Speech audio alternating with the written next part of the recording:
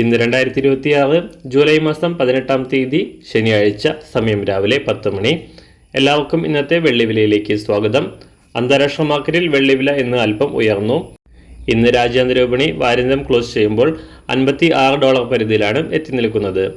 സംസ്ഥാനത്ത് സ്വർണ്ണവില കാര്യമായി മാറ്റങ്ങളില്ലാതെ തുടരുകയാണ്. ഇന്നത്തെ വില 1 ഗ്രാം 230 രൂപ, 1 കിലോ 2,30,000 രൂപ. സംസ്ഥാനത്ത് സ്വർണ്ണവില വീണ്ടും ഉയർന്നു. ഇന്ന് രാവിലെ 1 ഗ്രാം 70 രൂപയും പവന് 560 രൂപയുമാണ് വർദ്ധിച്ചത്. ഇന്നത്തെ വില 1 ഗ്രാം 13,135 രൂപ, 1 പവൻ 1,05,080 രൂപ.